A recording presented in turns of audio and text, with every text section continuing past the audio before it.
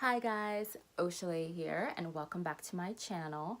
Sorry if this video is a little ratchet. This is not my usual camera setup. I just wanted to film something really quick for you guys. So I'm filming on my phone and it's stacked up on a bunch of like unfolded laundry. So, you know, it's a little ratchet, but you gotta do what you gotta do.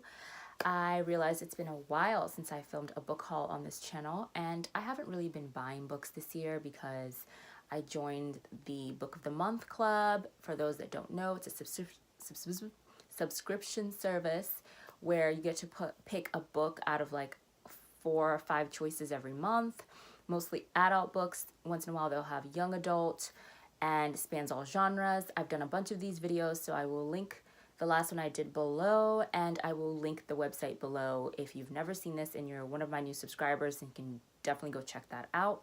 This is kind of a catch-up video since I haven't done these in quite some time, and then I'm going to show you a few new books that I have acquired as well. So without further ado, let's get started. So I'm going to start off with my this is such a weird filming angle. My May Book of the Month box. So this was what I got for May, and I did cheat. Right before I filmed this video, like literally 5 minutes ago, I went through and I opened all the boxes, so it would just make it easier for me, so I'm not having to open it on camera. And also, I legitimately had these boxes sitting around in my room for months.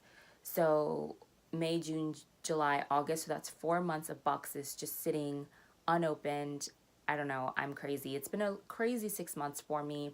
I will talk about that at the end of the video. If you want to stick around for a little life update, I'll definitely catch you guys up. But I just want to show you guys the books because I know a lot of you, that's what you're here for. So the May Book of the Month box, I got 2 books. So this is kind of how it comes, with a nice little bookmark. This one says reading is blank, and you can fill in the blank. And then they have a little cardstock that they have on the back with, on the other side is my address, so I'm not going to show that. And then it lists like the books in the box. So there you go. The 2 books I got for May, the first one is by Catherine Center, How to Walk Away. And I believe, I don't remember any of these synopses. Margaret Jacobson is about to step into the bright future she's worked so hard and so long for. A new dream job, a fiancé she adores, and the promise of a picture-perfect life just around the corner.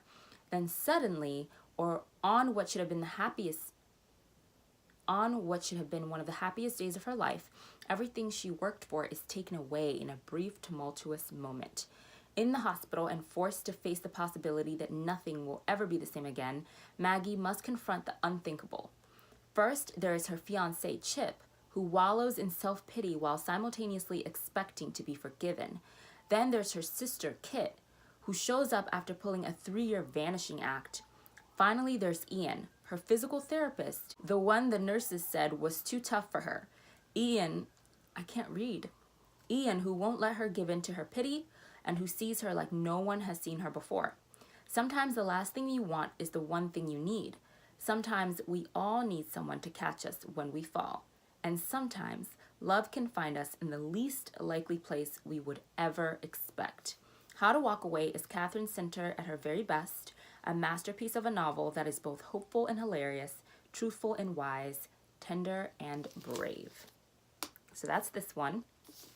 So it sounds like a romance slash tragedy slash contemporary, all the feels. So this one is The 7 Husbands of Evelyn Hugo, and I got this because I had extra credit and I've heard great things about it. A few of my favorite booktubers, one in particular, really enjoys this, or did enjoy this book. I don't know if it was last year or recently. I watched a video of her talking about it, so I decided to pick it up. And this one is by Taylor Jenkins Reid. Aging and reclusive Hollywood movie icon Evelyn Hugo is finally ready to tell the truth about her glamorous and scandalous life. When she chooses unknown magazine reporter Monique Grant for the job, no one is more astounded than Monique herself. Why her? Why now? Monique is not exactly on top of the world. Her husband has left her, and her professional life is going nowhere. Regardless of why Evelyn has selected her to write her biography, Monique is determined to use this opportunity to jumpstart her career.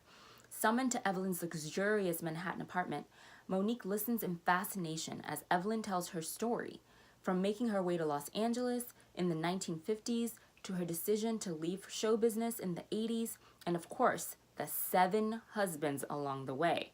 Evelyn unspools a tale of ruthless ambition, unexpected friendship, and a great forbidden love. Monique begins to feel a very real connection to the legendary star, but as Evelyn's story nears its conclusion, it becomes clear that her life intersects with Monique's own in tragic and irreversible ways.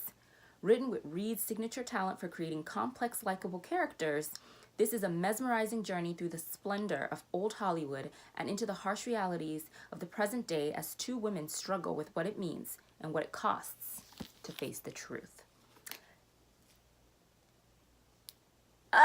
It sounds so juicy, and honestly I got it because it reminds me so much of Elizabeth Taylor with like the 7 husbands thing. I don't know exactly how many times Elizabeth Taylor has been married. I want to say it's 7, but I'm not sure. But I just remember really, really loving Elizabeth Taylor as an actress when I was growing up. It's really, really, really, really loving her. I used to be so into black and white movies and old films, classic films.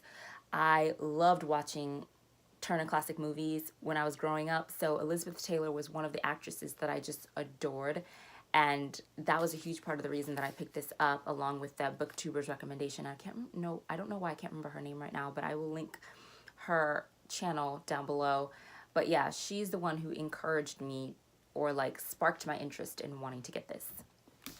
Moving on to June's Book of the Month box. I just got 1 book, so let's check it out.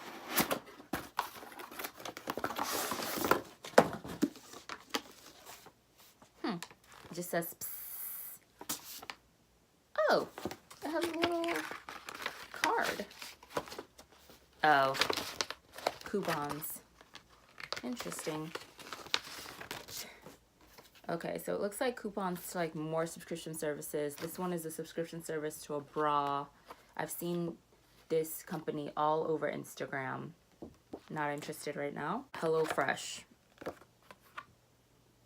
Definitely not interested in this. I've heard some horror stories about this, especially from like my coworker, so not interested. Although this is a $30 gift card. Oh, claim within 30 days. Oh, that ship has sailed, honey.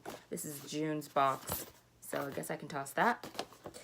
I got 1 book, and this is The Kiss Quotient by Helen Hoang. That's what it looks like. A heartwarming and refreshing debut novel that proves one thing: there's not enough data in the world to predict what will make your heart kick. I can never read in these videos. Stella Lane comes up with algorithms to predict customer purchases, a job that has given her more money than she knows what to do with, and way less experience in the dating department than the average 30-year-old. It doesn't help that Stella has Asperger's, or that French kissing reminds her of a shark getting its teeth cleaned by pilot fish. Huh? What? What? Her conclusion: she needs lots of practice with a professional, which is why she hires escort Michael Fawn. With the looks of a K-drama star and the martial arts moves to match, the Vietnamese-Swedish stunner can't afford to turn down Stella's offer. And when she comes up with a lesson plan, he proves willing to help her check off all the boxes, from foreplay to more than missionary position. Before long, Stella not only learns to appreciate his kisses, but to crave all of the other things he's making her feel. Their no-nonsense partnership starts making a strange kind of sense, and the pattern that emerges will convince Stella that love is the best kind of logic. I don't know what made me pick this book, but it just sounded really intriguing, and there is a book that I've read previously in the past on my Kindle. It was an ebook.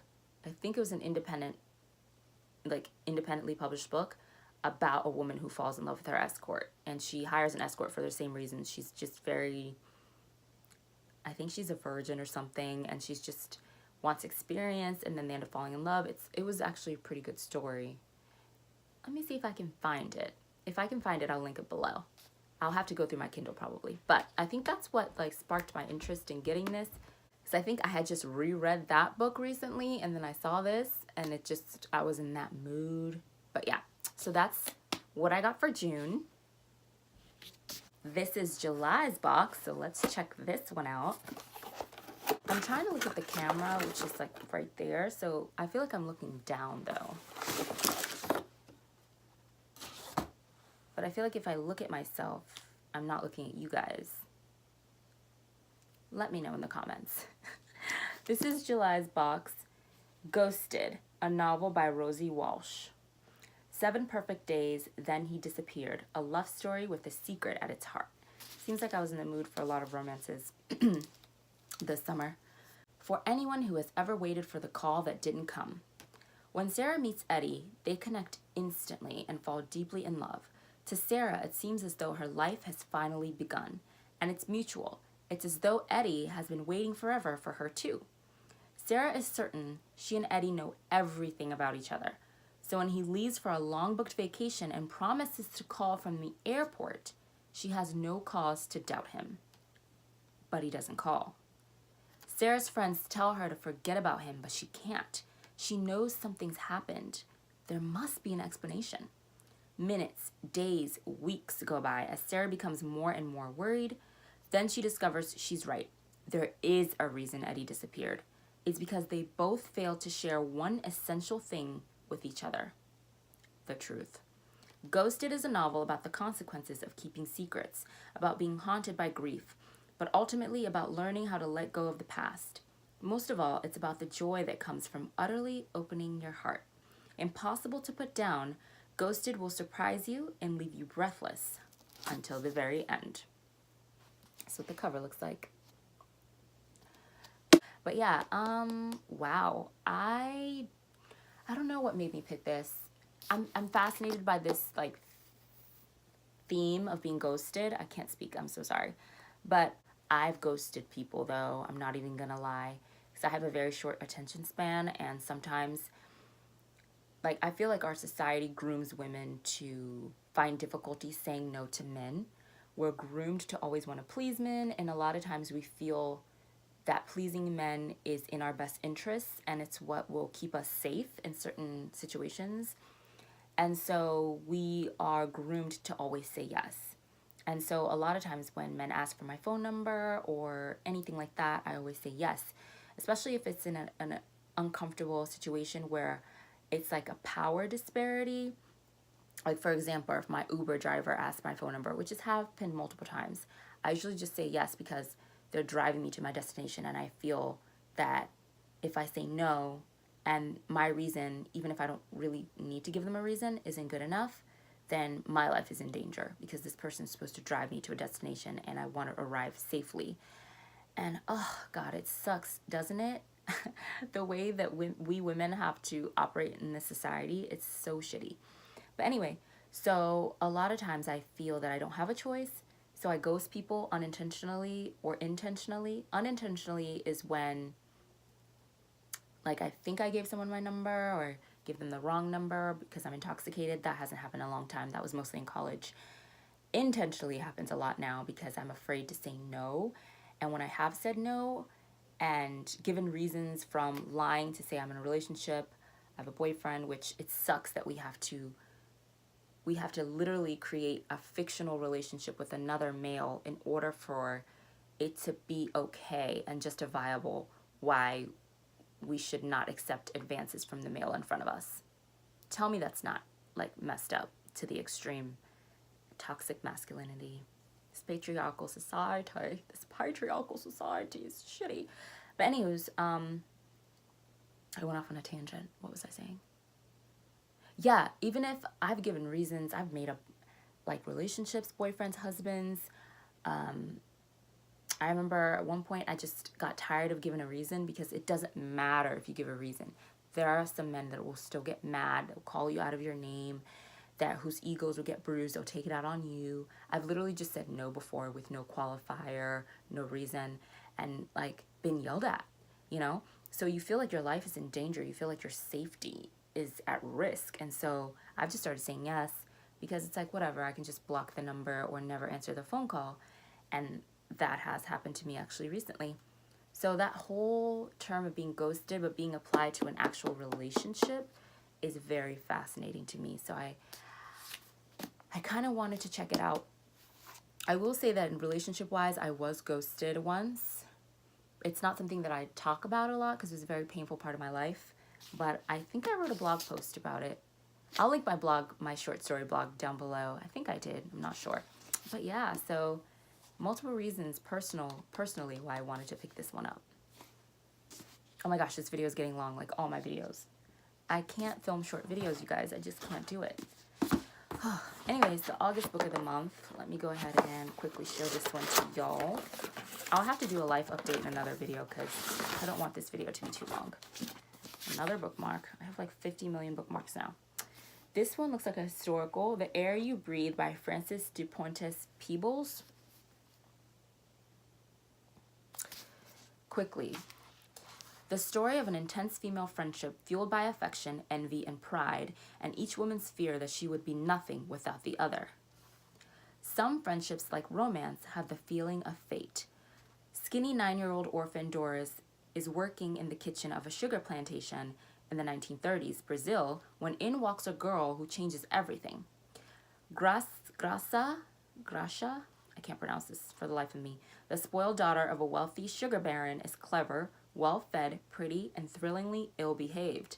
Born to wildly different worlds, Doris and Gracia quickly bond over shared mischief and then, on a deeper level, over music. One has a voice like a songbird, the other feels melodies in her soul and composes lyrics to match. Music will become their shared passion, the source of their partnership and their rivalry, and for each, the best way out of the life to which she was born. But only one of the two is destined to be a star. Their intimate, volatile bond will determine their fortunes and haunt their memories.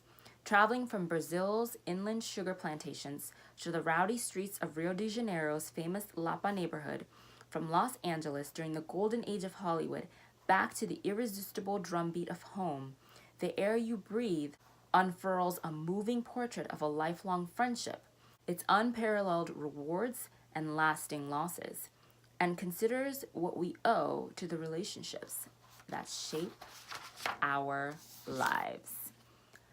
I mean, that synopsis gave me chills, like chills all over my body, like my arms right now. I have goosebumps because I have been fiending for more books about strong female friendships, and that's what drew me to this. And one of the greatest relationships in my life, and multiple relationships in my life, have been my relationships with women, my friendships with women, starting from when I was very young. Those friendships have carried more weight than my romantic relationships up to this point. And I just have been fiending for a book about strong female friendships because for a lot of women, especially women who, you know, either don't desire romantic love or don't necessarily find long-lasting or deep romantic love in their lifetimes, their relationships and friendships with other women are, you know, the most important relationships in their lives, next to maybe, you know, familial bonds. So I just think it's crazy that we don't have enough novels about these bonds, you know, between women. And I think it's so sad. So that, and of course, you know, the music part, I'm so fascinated by that. So I'm so hyped. I'm probably the most excited for this one. So here we I can't talk. So here we are. These are all the book of the month box books from May through August. So this whole summer. Oh, it's so pretty. It's like a little rainbow. It matches my little backgrounds. Cute. Pretty spines. Okay, so now let me share 3 new books that I've gotten. Right now, if it's not a book of the month box book that I'm getting in the mail once a month, then it's a pre-order that I pre-ordered, you know, last year, beginning of the year. And the first one is the conclusion to An Ember in the Ashes series by Sabaa Tahir, and this is Reaper at the Gates. I can't believe I haven't read this yet. I was literally obsessed with this series the summer of 2016. I binge read the first 2 novels. I was obsessed. It was my jam. I think it's really weird that I haven't read this yet, but I haven't really been in the mood for YA, so I don't know when I will get back in the mood for YA, but I have the final book in my hands for when I do get back in the mood for YA. Next up, I have Dance of Thieves by Mary E. Pearson, and this is her newest release. Mary E. Pearson wrote the infamous Kiss of Deception. Remember that series? Kiss of Deception, A Heart of Betrayal, Beauty of Darkness. Another series that I have yet to complete. But anywho's, this takes place in the same world, but I think it's a different cast of characters. So, ooh, and I love when books have maps. It's like my favorite type of fantasies have maps. So yeah. And then another Veronica Roth novel, The Fates Divide. This is the sequel to Carve the Mark. I haven't read Carve the Mark, but I own it.